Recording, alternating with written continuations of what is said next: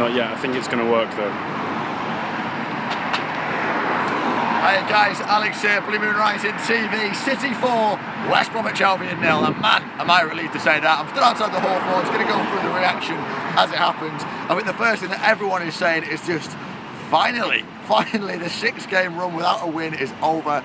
4-0 and a terrific performance to match as well. Maybe it could have been 5 or 6. West Bromwich Albion were never really in it. A little bit of Sergio Magic. The first goal is vintage Sergio. I think we've seen him score it 100 times on the far right hand side across the keeper. Lovely, yes please. Exactly the sort of finish that we've been missing over the last few games. And he is putting himself in with a serious question about starting on Tuesday night against Barcelona after Pep has dropped him for the Barca game and for the Manchester United game. I think Sergio has to start. He's an out-and-out finisher. Kelechi has been in impeccable form. It was unfortunate not to see Kelechi today, but Sergio Aguero, what a man. But let's put Sergio to one side for a second, because this was a superb team performance. And the team sheet before the game said that Pep was going to start 3 at the back. But pretty much from the word go, we saw Fernando dropping in at right back. Now, I personally don't think Fernando has the pace to play right back, and boy did he prove me wrong. He was impeccable going back, he was impeccable going forward. We saw him driving into West Bromwich's back sort of 5 that they were playing, giving Johnny Evans all sort of problems, but also dealing with those wingers as well. He was superb today, and maybe he's rivaling Fernandinho for sort of that unsung hero role. And it just goes to show that this 3 at the back business can work in the Premier League as long as the players are flexible. And we're seeing every game them getting a little bit better, they're getting a little bit more used to it. And maybe we can hear Pep out on that one. Around the game, Aguero and Gundogan is also someone, took both his goals well. He's someone who had a little bit of a shaky time over the last couple of weeks. He started well, but we've not seen top dollar performances that we're paid for. Today, possibly his best performance in a Manchester City shirt. Claudio Bravo didn't have much to do, so we can't really answer the critics that he's had, but still a strong performance. And even Alexander Kolarov, who the last couple of weeks had his criticism, I thought looked pretty solid. Across the team, we performed well, we've got the result. United dropped points today, Tottenham dropped points today, Arsenal won their game, very solid. They're going to be asking the question soon enough. But it looks like we're top of the league. We'll see how Liverpool do tonight. But we're top of the league. We're looking in good form.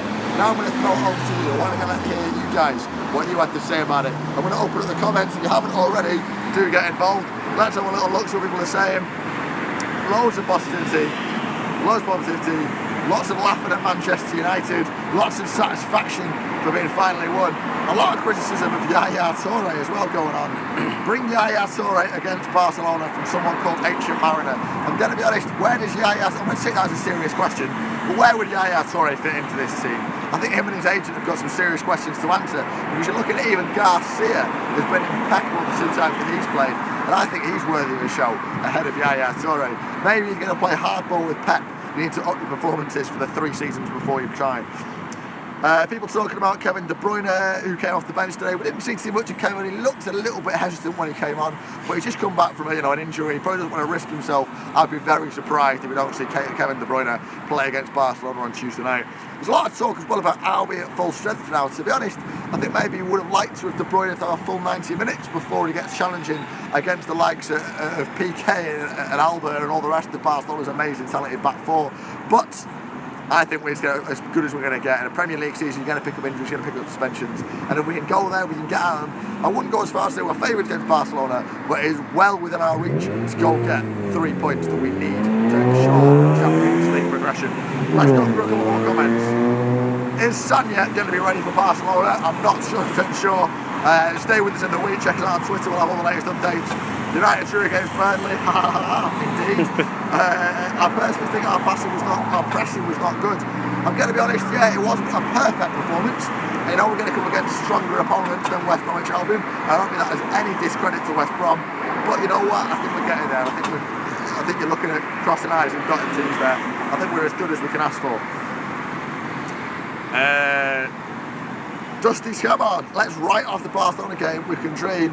We'll just focus on the Premier League. That's a really interesting one. We've just done some fan cams. They'll be uploading a little bit later on after the game, so keep your eyes peeled for those. We'll hopefully get those up for you in a couple of hours at the latest.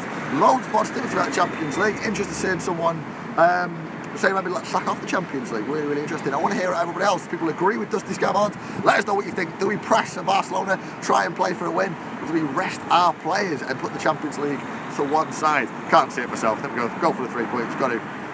I think, let's be honest, I think we're in the top 5 or 6 teams in the league, especially when we're putting performances like today. Why wouldn't you have a pop at the champs? Let's go one more time. I've accidentally closed the live chat, bear with me.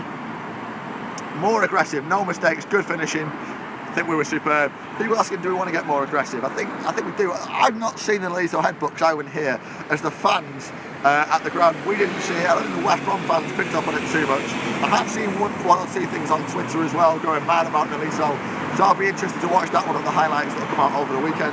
I'm a big fan of Lito. I think he's a superb player. We choked Martin Ivanenko, they have a technical dick off, but he's someone who gives it to defenders and he gets aggressive and he puts a bit of emotion into his performances that you do want to see a little bit more of. But when he's risking red cards, maybe Pep and Brian Kidd need to have a little bit of a word with the tone it down. So I'm going to throw this back to a summary, guys. Thanks for getting involved in the comments. Do keep getting involved, letting us know what you think. If you're enjoying the videos, give it a thumbs up. The winter nights are drawing in, they're getting colder and colder. I need your delicious likes to make it a little bit more worthwhile. And if you're new to BlueMoonRisingTV, make sure you subscribe. But let's summarise. Terrific performance, a very important 3 points. We're top of the league. We've got Pep Guardiola, on to Barcelona, another 3 points, and this is just the first of another 10 wins in a row. See you next time, Blues. BlueMoonRisingTV.